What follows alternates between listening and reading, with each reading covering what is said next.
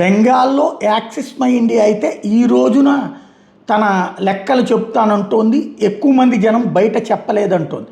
But బెంగాల్లో ఓవరాల్గా చూస్తే పీక్యూ వచ్చేటప్పటికి బీజేపీనే గెలుస్తానిచ్చింది 150 నుంచి 175. ఏబీపీ కూడా 146 నుంచి 161తో బీజేపీ గెలుస్తానిచ్చింది. పోల్ డైరీ కూడా 142 నుంచి 171తో బీజేపీ గెలుస్తానిచ్చింది. అదే సందర్భంలో పీపుల్స్ పల్స్ ఒక్కటి మాత్రం తృణమూల్ కాంగ్రెస్ గెలుస్తుంది 177 నుంచి 187 అని ఇచ్చింది. జమాత్ పోల్ కూడా తృణమూల్ కాంగ్రెస్ గెలుస్తుందని ఇచ్చింది 195 నుంచి 205 అన్నటువంటిది.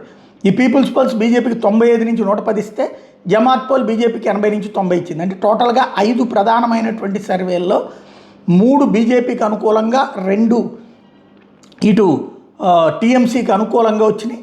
ఫర్దర్గా ఏం జరుగుతుంది అన్నటువంటిది 4వ తారీఖు మాత్రమే తేలుతుంది.